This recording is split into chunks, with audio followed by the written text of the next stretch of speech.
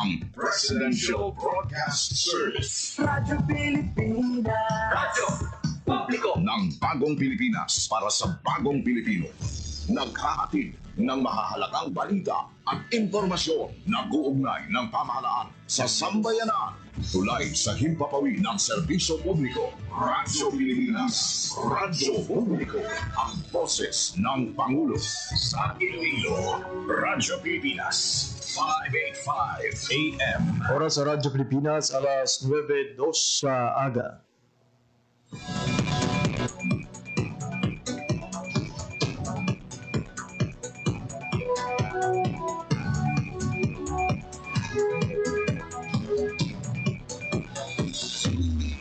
Western Visayas, Panay Island na tinamaan itong island-wide blackout. Ang pagsulot mo gid sa massive watershed. Pinaka-purpose na ini para sa operation nato. We have that in collaboration with the department. I am again standing up. Mapigtahan ang ina freedom of expression. Office of Civil Defense naman po. Balita, issue, kag iban pa.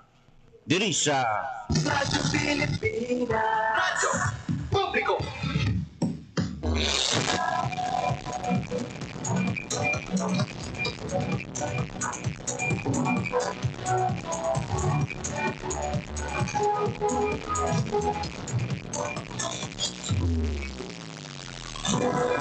Bayraga Pilipinas, Bayraga Western Visayas, Siyudad kag probinsya sa Iloilo kag kutob sa malabutan sa amon pagserbisyo. Di gaman nga bahin sa kalibutan, nag-aatag kami sa katahuran, mayong aga, good morning sa inyong atanan.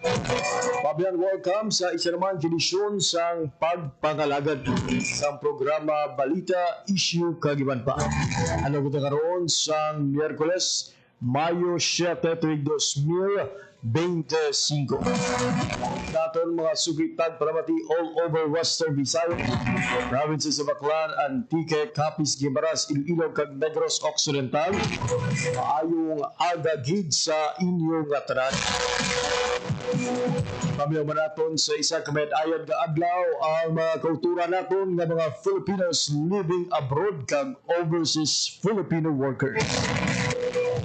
Kinaandar, magiging po ninyo until 9:55 in the morning. Ako ang inyo alagad, JP Herbas. Sa aton mga sugitag paramati, kita mo batelan sa 585 kHz. Palizuan sa inyong mga radyo. Subuman sa aton official Facebook page, ang Radyo Pilipinas Iloilo. Pag-upload sa aton nga pagpangalagad on air and online. Magpadala sa mensahe sa aton sining mga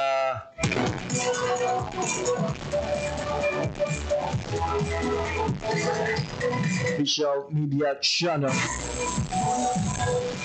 Ang inyuman nga babatian sa YouTube.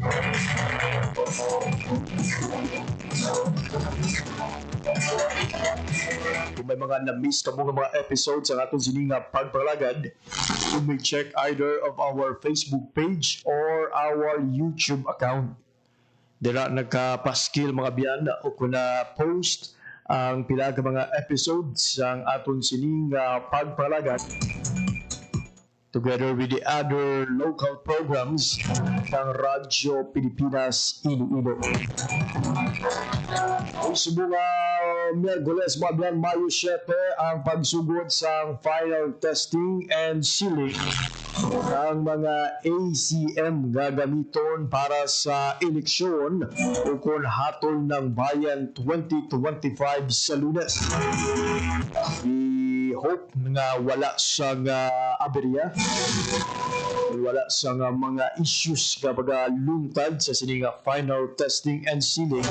Although nga may mga preparasyon na o backup plans ang atong sining Commission on Elections para masigurado nga madayon ang pagpili sa aton nga mga botante sa maabot nga eleksyon.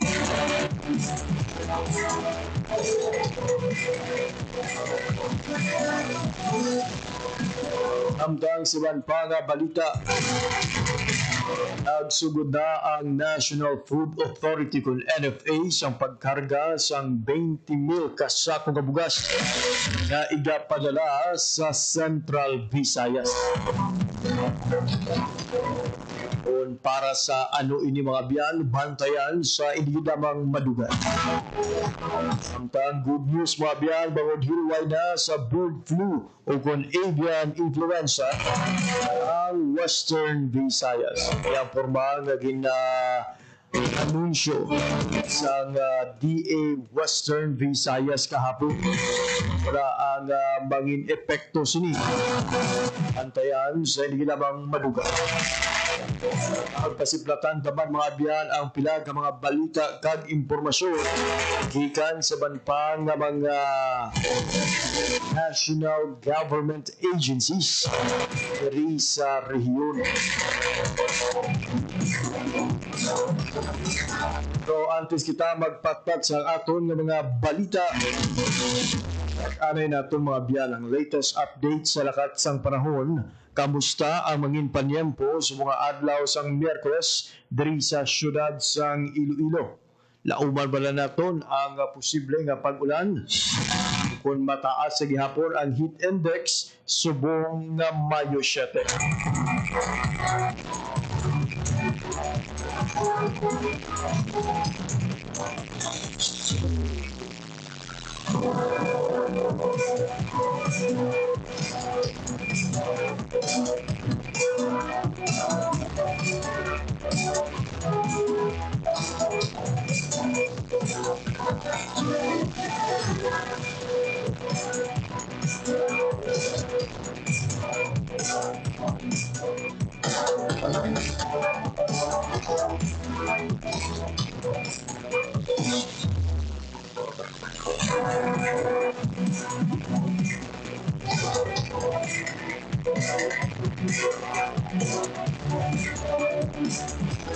Para sa Radyo Pilipinas, alas 9:08 na sa aga sa sining oras. Kaupo natin sa piyak na linya to give us the latest update sa lakat sang panahon.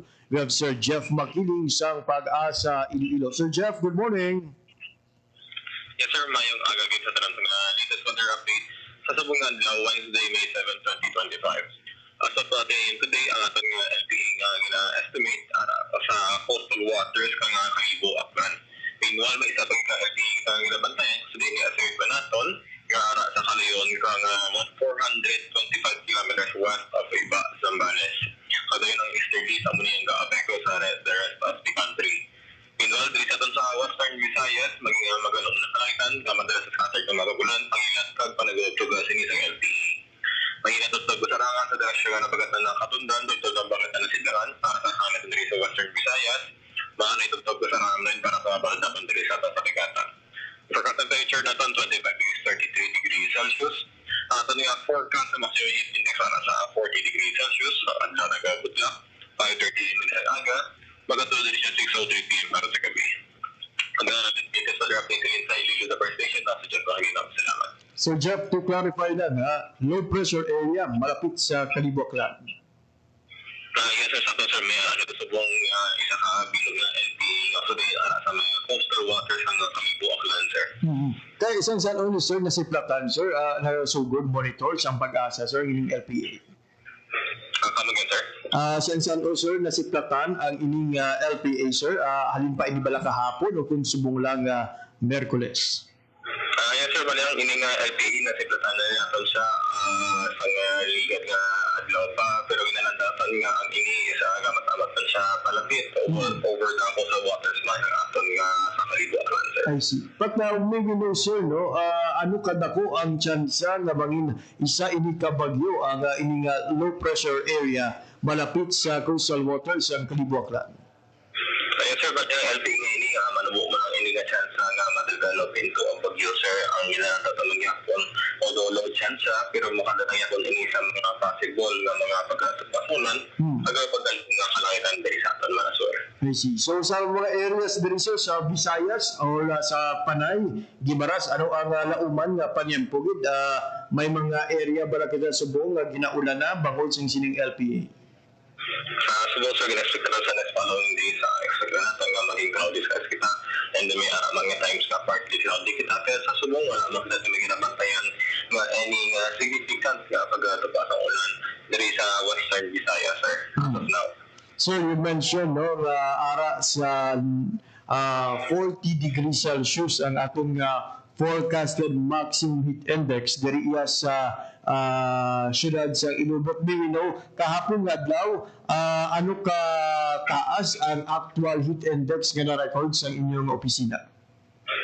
Yes, sir. Bali, ang aton nga na-record nga heat index sa Gapon, sir, is ang estimate nato or rather aton nga na-record nga pinakamataas nga heat index sa Gapon is sa 40 degrees Celsius, sir, ang 3 p.m.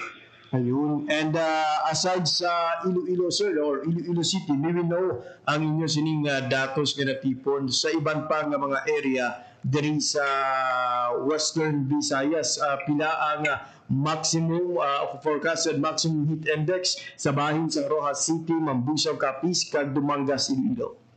Yes, sir. Bali, atong in-expect nga forecast nga maximum heat index sa iban nga mga provinces, sir, particularly sa Rojas City, Capiz, is 41 degrees Celsius. Sa Mambusaw, Capiz is 39 degrees Celsius. Sa Iloilo, 40. Sa Dumangas, Iloilo, 38. And then sa Lagaca, Nakarata, Negros Occidental is sa 36 degrees Celsius, sir. I see. Sir Jeff, madamo giga salamat sa imong oras kag impormasyon. Yes, sir. Salamat sa inyo, sir. Dahil abot mabiyang latest update sa katsang panahon gidulong sa aton sa Pag-asa Iloilo with Sir Jeff Makiling sa piyak nga linya. So may ara mga biyanhas ang ginabantayan karon nga low pressure area malapit sa coastal waters ang Kalibo Aklan. But the good thing is na manubo ang tsansa nga mangin isa ini ka bagyo, and we are praying no nga soon matunaw ini, especially nga pila sa aton mga kauturan ang magabiyahe sa ila tagsa ka mga probinsya bangod man sa natalana nga pagboto sa adlaw sang Lunes for the Hatol ng Bayan 2025. And as to heat index naton subong nga adlaw sa Miyerkules, 40 degrees Celsius mga biyar ang posibleng maximum heat index diri sa syudad sang Iloilo.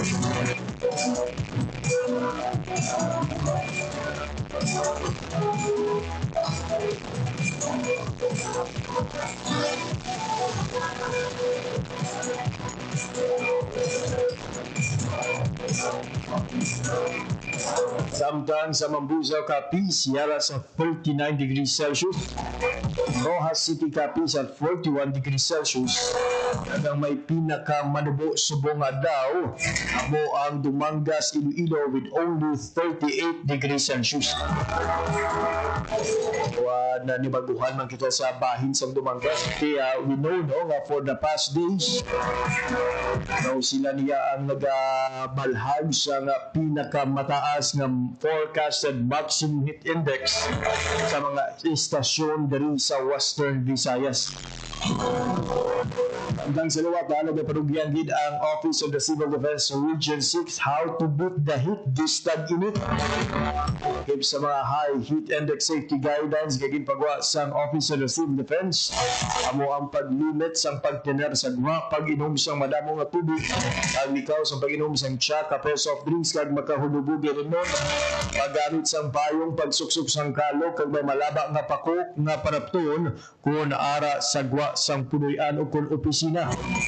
Nagplanuhon ang paghimo sa aktibidades sa aga o kung sa hapon kung sa din mas mabugnaw ang panahon.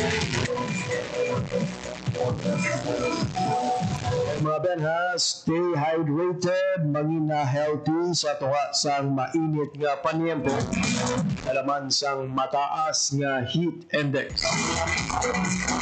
Alas 9 GSE sa isa aga sa atong pagparumbalik mga biyal, atong higapamati sa inyo mga natipon nato na mapahayag gikan sa National Food Authority. Kahapon mga biyan nagsuda sa pagkarga ang atong sining NFA para sa ila sining igapadala nga supply sa bugas bahin sang Central Visayas. Igaliban pa ang mga impormasyon aton nga patpaton pagkatapos lamang sang pila ka pahanundong. Under President Ferdinand Marcos Jr.'s administration, malaking bahagi ang economic zones sa Cavite sa pagtulak ng 2.73 trillion peso investment pledges sa kanyang termino. Dahil dito, makakaasa ng marami pang katulad ni Bob Bismonte ang mabibigyan ng oportunidad sa bayan ng Cavite para maipakita ang galing ng Pilipino. So ang aking pong posisyon ay design director. Nag-formulate po kami ng ibang klaseng mga liquid resin para sa iba-ibang industry. Medical resin, dental resin, kahit po sa automotive ginagamit na rin yung aming machine. Ang pinaka-reason namin is we innovate products for Filipinos that could compete around the world. Sa nagbabagong Pilipinas, patuloy ang trabaho, patuloy ang pagbabago. Boracay, one of the best islands in the world. Upang mapanatili ang ganda at kalinisan ng isla, pinanawag ng pamahalaan Marcos ang water drainage system ng Boracay.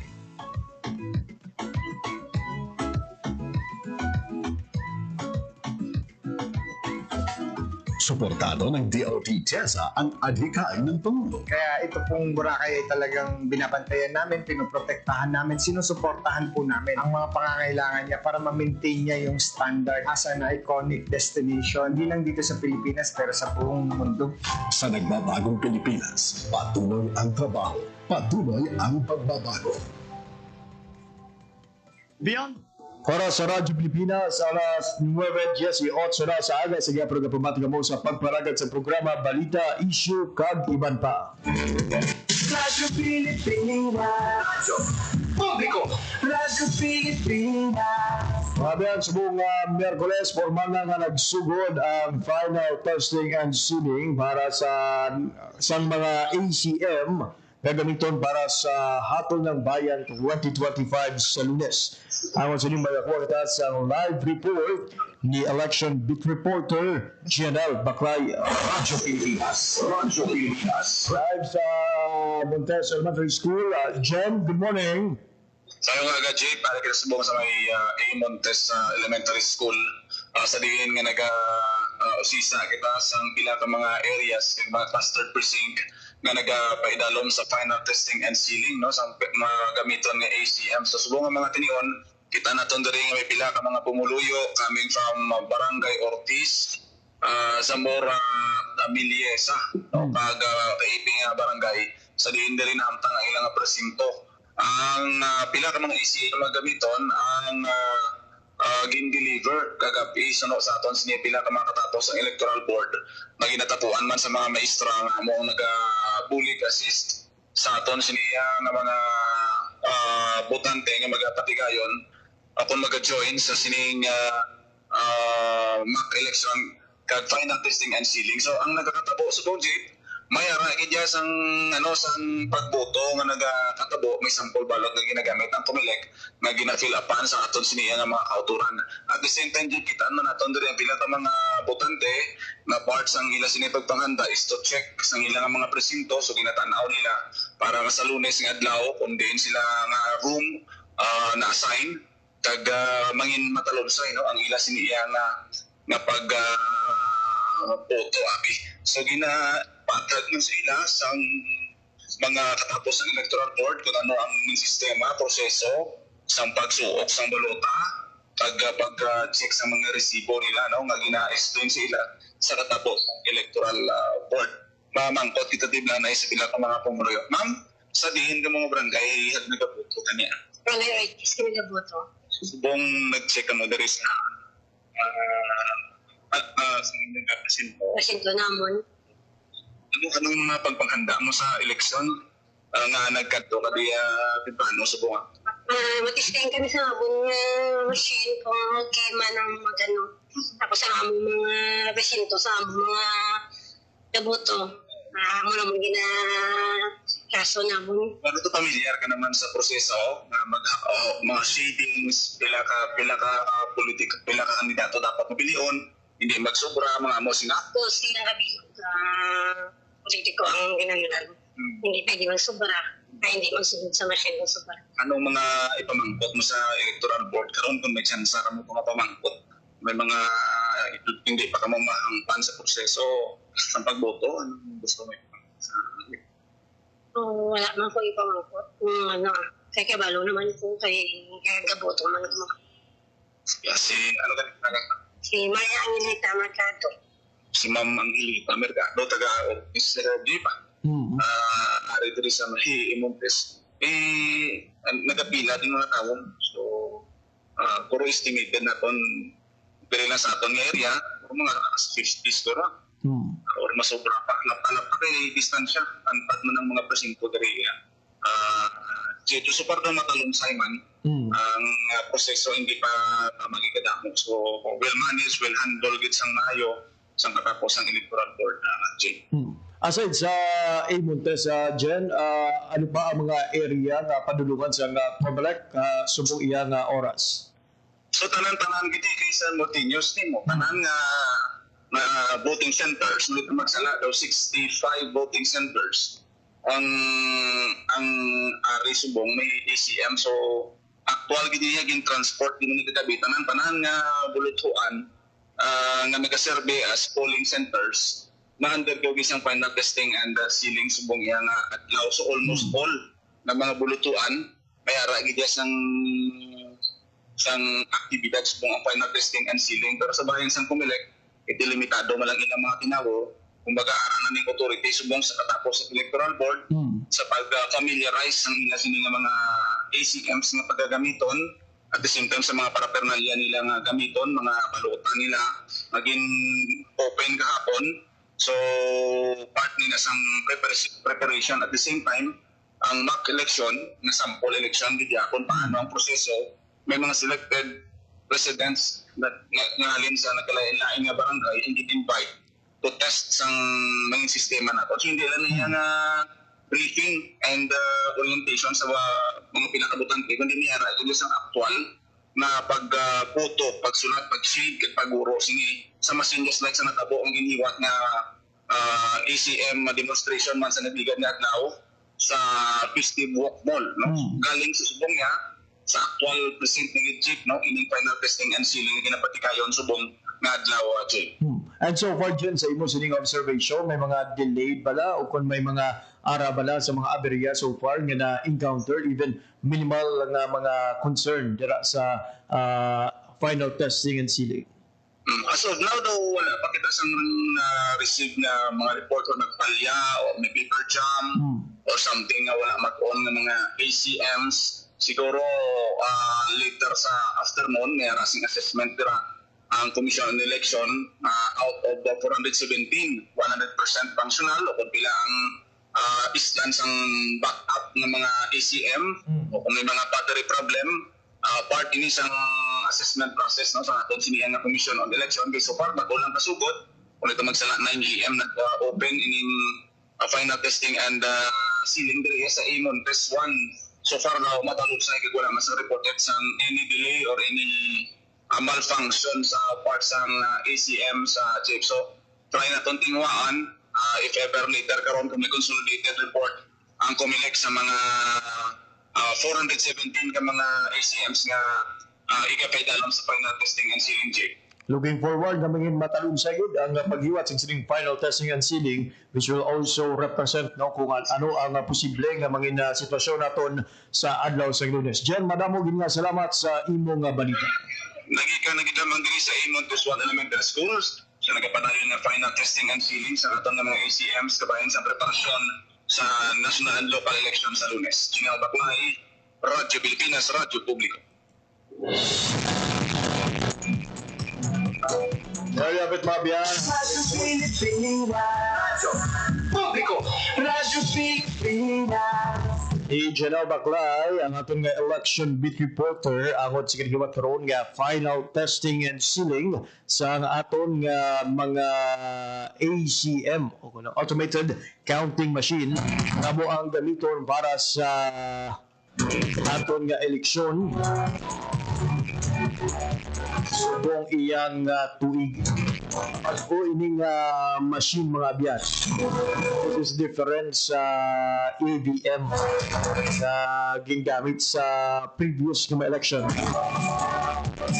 So kung importante gid nga mahibaluan ang assessment sa COMELEC is to how efficient ano ka budlay kung ano ka hapos ang pagboto gamit ang ining bag-ong teknolohiya.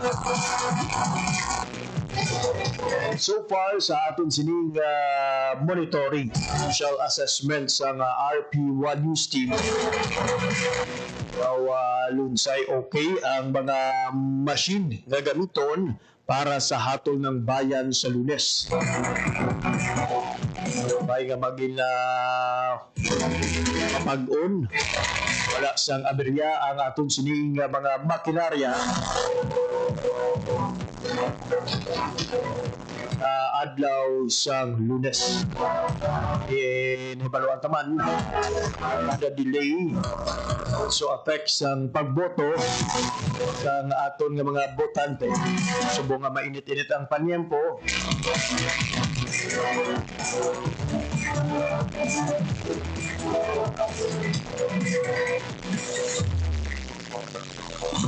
Bibling maapektuhan man ikaing lawas sa naton sining mga botante sa adlaw sang Lunes.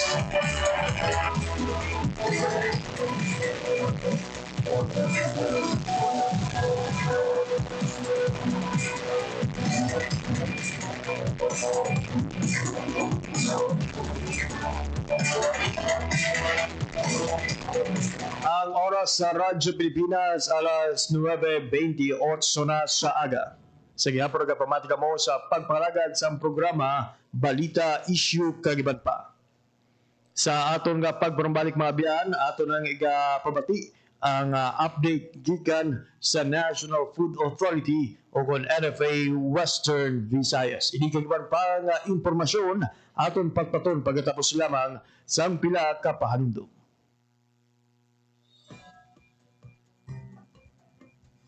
Matagumpay na isinabatas ni Pangulong Ferdinand R. Marcos Jr. ang Self-Reliant Defense Posture Revitalization Law. Through the Self-Reliant Defense Posture Revitalization Program, we aim to reduce our dependence on foreign sources and empower the AFP to develop its own capabilities. Sa bagong Pilipinas, palalakasin ang lokal na produksyon ng military equipment upang matiyak ang ating seguridad at disaster resilience. Magiging maayos po yung mga magninegosyo dito dahil maganda na yung kanilang lugar. Hindi tulad po sa mga tabi ng karsada na nagkakaroon ng traffic, magiging risk pa sila doon sa kanilang mga kalusugan dahil po yung mga emissions ng mga sasakyan. Isa sa inabang proyekto naman ng SM Prime Holdings Incorporated sa pakikipagtulungan ng local government unit ng Pasay, ang 360-hectare reclamation project na tatawaging SM Smart City. Sa kasalukuyan, ninidevelop ng lupang ito sa harap ng Mall of Asia Complex at inaasang matatapos ang proyekto sa 2028. Ipinapangako ng SM Prime katulong ng ating pamalaan na hininditan pa nila ang tagumpay ng SM Mall of Asia Reclamation at sa pamamagitan nito, mas mapagyaman pa ang ating business district. Maparami ang nagagandang oportunidad, trabaho at pagkakakitaan ng bawat tao. Sa pamalaan Marcos, ang bagong Pilipinas, mas posible, patuloy ang trabaho, patuloy ang pagbabago. Mangkot-langkotan ni Sino, gaya si Ton. Si Ton, tahanan na tubras ang 3 gigs po sa manliga na pandemya. Ako na wakay na puto ng tubig, internet at kuryente naman. Pero hindi na electrician man ako. Ikaw si Tol, how? Si Tol, ang dapang paagi na makabiyahin man kami mga riders, bisan wala kami plaka, tungod sa iya, wa ay nagpuntat ang amon ubra, pero hindi. Hi, ikaw na si Tol? Si Tol, gindusok niya ang Maritime Zones Act. Tungod sini, wa ay nadula ang atong depensa kag kinamataron sa West Philippine Sea. Pero hindi hinahanap mo raw ako. Tol, salamat gid kay ginduligan mo ang mga estudyante para makakuha sang mubo na internet load. Kung pwede ko magboto, iboto tagid kaya? Promise? Promise! Kay Tol, ang bulig walang untad. Number 61 sa balota, Francis Tol Tolentino, ang Tol ng bawat Pilipino.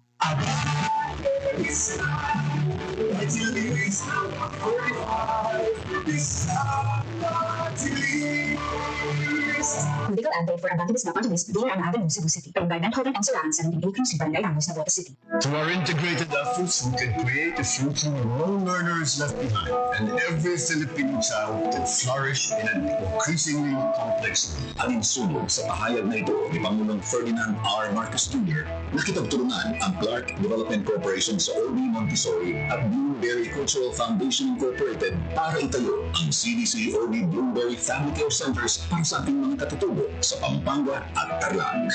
Sa ilalim ng proyekto ito, ang mga batang nasa edad 3 hanggang 4 ay tinuturuan ng practical life lessons na siya namang ikinatutuwa ng mga magulang gaya ni Mary Grace Tarosa. Nagpapasalamat po ako sa Panginoon kasi binigyan po kami ng school na ganito. Tuturuan sila ng mabubuti kasan ng mga galit ng gawain. Lubos din ang pasasalamat ng mga naging estudyante ng daycare centers. Sa nagbabagong Pilipinas, patuloy ang trabaho, patuloy ang pagbabago. Build Better More program ng pamahalaan Marcos, tinutuloy ang pagkarangkana sa sektor ng turismo. Isa na dito ang pag-upgrade ng mga historical sites sa bansa, gaya ng Andres Bonifacio Shrine and Ecotourism Park sa Maragondon, Cavite, at pinangunahan ng DOT Tiasa. Ang historical shrine ay pag-alala sa katapangan, determinasyon at pagiging makabayan ni Bonifacio. Nawa ang maging inspirasyon sa taong bayan. Sa nagbabagong Pilipinas, patuloy ang trabaho, patuloy ang pagbabago. Kasama si Pangulong Ferdinand Bongbong Marcos Jr. ay mas abot kamay na sa manggagawang Pilipino ang kanilang mga pangarap. Yan naman ang mandate ng government is to create jobs. We are creating jobs, livelihood to so many families. Sa ating mga mamamayang Pilipino, alam po namin na hangad ninyo na magkaroon ng maayos, matatag at marangal na trabaho. Binubuksan natin ang isang bagong yugto sa ating bansa kung saan mayroong sapat at dekalidad na trabaho para sa lahat. Mas maraming pintuan ang magbubukas para sa ating inaasam na maunlad at mapayapang kinabukasan. Sa pamahalaan Marcos, ang bagong Pilipinas nakikita na. Sa nagbabagong Pilipinas, patuloy ang trabaho, patuloy ang pagbabago. Oras sa Radyo Pilipinas, alas 9:34 na sa aga. Sa nga po nagpapabati ka mo sa pagbakalagad sa programa Balita Issue Kagiban pa. Radyo Pilipinas. Radyo Publiko. Radyo Pilipinas. Mga kabayan, nagsugod na ang National Food Authority o NFA Western Visayas sa pagkarga sang 20,000 kasako sa milled rice na igapadala para sa supply sang Central Visayas kasuluban sa pagyunsar sang 20 pesos per kilo nga bugas sa probinsya sang Cebu. Pamangkot naton si NFA Manager Jasmine Lintag kung bastante pa bala ang supply sang aton bugas diri sa NFA Western Visayas kag ang iya sining mensahe pag-athag sa mga nagpamangkot kung maayo bala ang kalidad sang sining nga bugas. Yari pamatian naton ang interview with the Director or Regional Manager Jasmine Lintag sang NFA Western Visayas. Ma'am, may we know gaan po sa sapat yung supply ng NFA Western Visayas sa kanyang simula ang pag-roll out ng 20 pesos per kilo na bigas dito sa region? Well, good afternoon. Actually, sapat ang ating stocks dyan, and we are continuously procuring the palay of our farmers. As of now, ang inventory po namin, rice form, we have 105,000 bags of rice. Good quality rice po yan. Around 80% rin yan is newly milled, So, galing sa mga rice millers natin. And of course, sa palay po, we have 1.5 million bags of palay stored in our warehouses dito po sa Region 6. Total into 21 warehouses po lahat iyan. And so far, ma'am, just in case na mag-roll out po ito, will it be enough to sustain hanggang sa anong taon po yun? I heard balak pa nila mag-spill over ng 2026, ano? So, NFA Region 6 being a source region ho, ano? Sapat na sapat po yan. And of course, come last quarter of 2025, puspusan na naman po ang pamimili namin ng palay sa ating mga farmers dito po sa Iloilo area naman. Isa po sa mga laging tinatanong ang magiging quality po ng bigas na ibebenta sa publiko. How are you, what we are doing po para masigurado po na kalidad talaga ang bigas nito? Actually, ang i-issue po namin, ito po yung mga newly, freshly milled rice natin, ano? So, ito ang i-issue natin sa mga local government units na mag-a-undertake nitong P20 program na ito. So to in short mga, hindi po, wala po itong amoy, hindi po ito pang-aso, o gaya ng sinasabi po nito. Wala ho siyang amoy kasi alam niyo naman newly made ho yan, ano? Kung before may amoy, ito po kasi dati NFA imports rice, di ba? Imported ho yun. So we will stock that for long. Pero now ho, freshly made na po lahat ang ating mga bigas. So definitely ho, of good quality, consumable po iyan ng tao. At ito po ay galing mismo ng sa mga local farmers. 100% coming from our NFA Region 6 local farmers po lahat iyan. Ma'am, sakali po magsabay-sabay po yung pag-procure ng mga LG, sapat po yung supplies natin. Sapat na sapat po yan. Kayang-kaya po. And sakali po kakailanganin ng ibang mga NFA warehouses, are we also planning po na mag-extend na supplies natin sa kanila? When we say ibang warehouses, siguro na ibang region, ano? Opo, actually po, meron nga po kami commitment sa Region 7, ano? We have committed so far 20,000 bags sa Cebu, ano? At meron din po kami standing commitment around 200,000 bags of rice sa Region 7. Including din po yung aming commitment sa ating DSWD, Region 6 and Region 7. So lahat po yan nasusugan ho namin, kayang-kaya pong i-supply ni NFA Region 6. Ma'am, sa ngayon po ba ng mga LGUs na nag-extend or nag-schedule sa inyo for possible procurement na ng bigas nito? Naiimbitahan naman ho ang ating tanggapan, ano, for exploratory talks, ano, ng Aklan, provincial office ni Governor, and of course dito po sa Iloilo. So, may mga tinatanong sila sa proseso and they are back on their drawing boards para i-finalize palagi ko kung sasali sila o implement nila itong P20 program. But as we speak, wala na po confirmed or 100% done deal na po? Wala naman. Wala pa. Wala. Siguro ma'am, minsahin nyo na po sa publiko sa P20. So, dito po sa NFA Region 6, makakaasa po ang mga makakabili ng P20, 20 pesos per kilogram na NFA rice, na ito po ay bagong mulino, bagong milho yan, galing mo 100% sa ating mga local farmers. And of course, i-ensure namin, assured po kayo na of good quality, consumable NFA rice lamang po ang mabibili po sa mga Kadiwa stores or selected areas po ng mga local government units.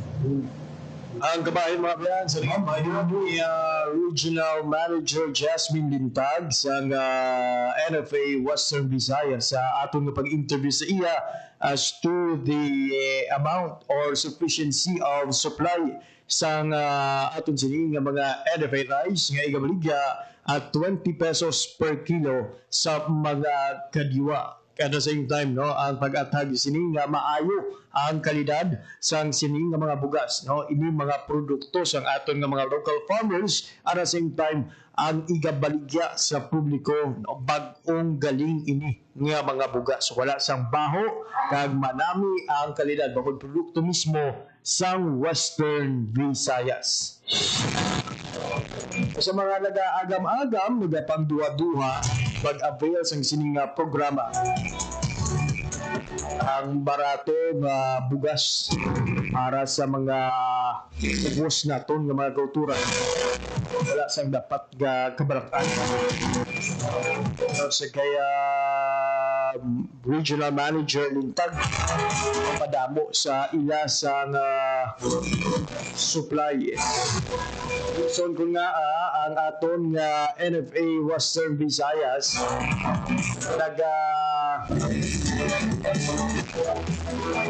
adala pa iya mga biyan ang supply 20,000 bags ang milled rice sa Central Visayas. This is expected to leave Iloilo adlaw sang Biyernes Mayo 9. Kalauman nga mag-aabot sa Cebu ay ligid daw for the resumption sa pagbaligya sa siniiyang barato nga bugas. Sa subong mabiyan in compliance naging parubyan sa Commission on Elections temporaryo na nga ginapauntat ang pagbaligya sa 20 pesos per kilo nga bugas agod nga malikawan na mahaluan na uko na kuran sa politika ang iniiyang aktibidad sa gobyerno. And other than the 20,000 bags ng NFA rice, ang atong sining NFA Region 6 adala pa sang dugang 180,000 kasakos ng bugas gamiton not only for P20 or the 20 pesos per kilo nga bugas but also para sa mga relief goods sang DSWD Central Visayas. Kas 9:43 sa aga sa aton nga pagpanubalik. Pagkakuha naman kita sa update ikan sa DSWD.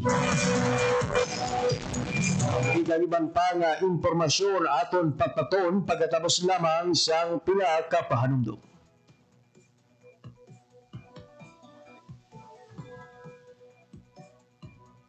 Under President Ferdinand Marcos Jr. sa administration, malaking bahagi ang economic zones sa Cavite sa pagtulak ng 2.73 trillion peso investment pledges sa kanyang termino. Dahil dito, makakaasa ng marami pang katulad ni Bob Bismonte ang mabibigyan ng oportunidad sa bayan ng Cavite para maipakita ang galing ng Pilipino. So ang akin pong posisyon ay design director. Nag-formulate po kami ng ibang klaseng mga liquid resin para sa iba-ibang industry. Medical resin, dental resin, kahit po sa automotive ginagamit na rin yung aming machine. Ang pinaka-reason namin is we innovate products for Filipinos that could compete around the world. Sa nagbabagong Pilipinas, patuloy ang trabaho, patuloy ang pagbabago. Boracay, one of the best islands in the world. Upang mapanatili ang ganda at kalinisan ng isla, pinanawag ng pamahalaan Marcos ang water drainage system ng Boracay.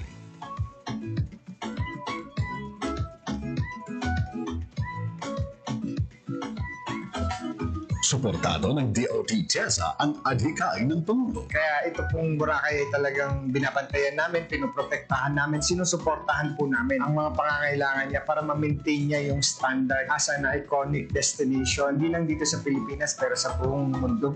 Sa nagbabagong Pilipinas, patuloy ang trabaho, patuloy ang pagbabago. Beyond physically connecting the provinces of Samar and Leyte, the San Juanico Bridge has become a well-known landmark and a symbol of unity for the people of the two islands which it serves. Sa ilalim ng pamumuno ni Pangulong Marcos at sa pakikipagtulungan ng DOT TESA, muling sumigla ang turismo sa Samar, Leyte. Patunay dito si Rochelle Alfonso mula sa IM Travel at Lourdes Barrientos ng San Juan by the Bay Service Cooperative. Kahit walang ilo, meron ako talagang madaming nagpupunta kasi ang San Juanico is is landmark na talaga siya ng Tacloban City. Ang pagkakaiba na ngayon na double or na triple yung bilang. Ngayon po, paggabi po, pinupunta na po talaga siya. Pag po dumadami po yung turista, dumadami din po yung makukuha ng pagkabuhayan ng ating mga kababayan po dito. Mapasalamat rin ako sa presidente natin dahil ito sa aesthetic lights kasi nakadagdag siya sa pagganda ng sarili nating San Juanico Beach. With the recent completion of the San Juanico Aesthetic Lighting Project, I look forward to seeing the bridge turn into a true sight to behold not just during the day, now even in the dark at night. Sa nagbabagong Pilipinas, patuloy ang trabaho, patuloy ang pagbabago. Oras sa Radyo Pilipinas, alas 9:47 sa aga. Sige po nagapamati mo sa pagpangalagat sa programa Balita, Issue, kag iban pa. Radyo Pilipinas. Publiko. Aben sa sining oras, magakuha kita sa update gikan sa Department of Social Welfare and Development with our DSWD Beat Reporter Marian Grace Erenieta. DSW Field Office 6 kag NIR nagbaton sa water treatment facility gikan sa Central Office. Ang detalye sa balita sa report ni Lodi Marian Grace Erenieta. Radyo Pilipinas. Radyo Pilipinas. Rods, good morning. Rods, good morning. Sa tinutuyo ng mga pasangkaron pagid ang disaster response efforts sa mga lugar nga naapektuhan sa paglupok sa Bulkang Kanlaon, nagpadala sa water treatment facility ang Department of Social Welfare and Development Central Office sa aton dirino nga regional office ng DSWD kag sa Negros Island region sang Damlaglang. So ang pag-una ton nga lods no nga water treatment facility ang turnover ini sa La Carlota City Evacuation Center sa pagpangunaman sa Disaster Response Management Division. Kung madumduman sa ating mga tagpalamati no last April or last month sang nagapadala diri ang ating central office no sang water tanker. So sunod diri kay Angelo Miranda ang ating information officer sa BRMB ang ini nodes no nga water treatment facility magka-augment ini sa ginpadala nga water tanker sa ating mga central office nga amo ini mo ang makadala sa madamo nga tubig sa mga evacuation centers nato no kung lugar nga ti apektado sa mga water shortages. So after na sa ginuwat nga turnover, giniwat ang inspection no sang sini nga water tanker para nga makita nga ti immediately pwede na ini magamit gilayon. So according to Sir Angelo no with this nga pag-abot sa water treatment facility, ma-make sure naton nga ti ma-provide naton no sang malimpyo nga tubig ang aton man nga mga internally displaced persons o IDPs. Di mamangkot naton nods no ano bala nagalibot ini dira no sa Negros Island region or sa Negros Occidental. So according to Sir Angelo no unahon nga iserbehan sa water tanker kay sa aton man nga water treatment facility ang aton nga mga IDPs nga nagatumer sa mga evacuation center naton dira sa La Carlota City Lodge. To be clear lang, ini formally turnover na siya, hindi lang siya basta pahulam nga gamiton for the meantime. Yes. Sakto ina loads no diri sa aton ini siya turn over no sa aton nga regional office kag sa aton nga NIR, pero ang first nga pagaserbihan no nga LGU will be the La Carlota City. So amo nang explanation sang aton nga information officer man sa Disaster Response Management Division. Speaking of La Carlota, may arang kada quick update sa aton sining nahatag na nga assistance sa La Carlota City kag iban pang apektado nga area sang sining paglupok sa kadaon. Yes. Lods, according to no sa datos nga ato nga kuma no nagabot na sa more than 121 million pesos ang humanitarian assistance na ginhatag sang aton man nga DSWD, sang local government units, kag mga non-governmental organizations naton sa mga pamilya nga naapektuhan sa paglupok man sang Bulkan Kanlaon dira sa Negros Occidental. Ini lods na nag-cover lang halin sang December nga assistance natin makiti ko madumduman last June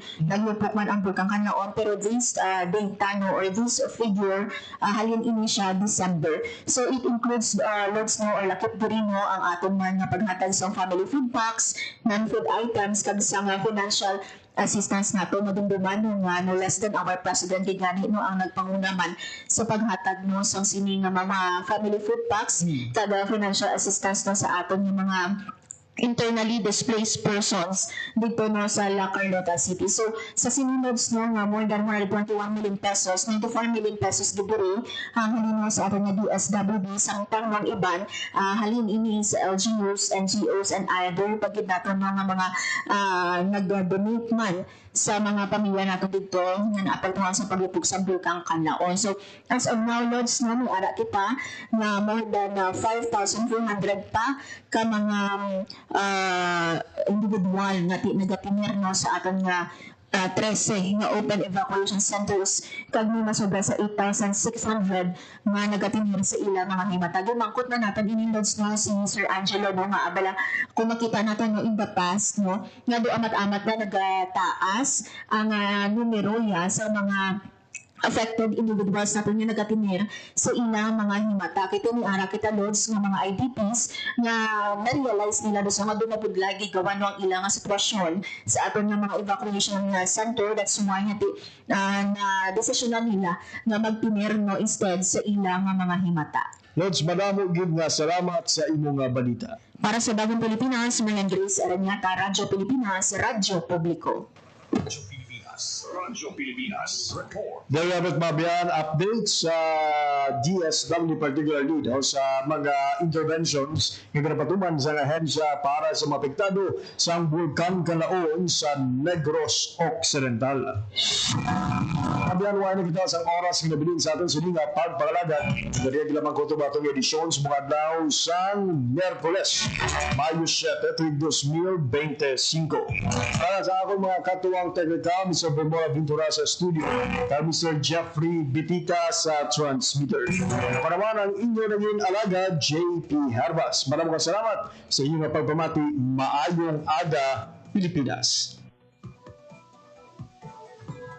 Balita, issue, kag iban pa. Diri sa Radyo Pilipinas. Radyo Publiko. Radyo Pilipinas.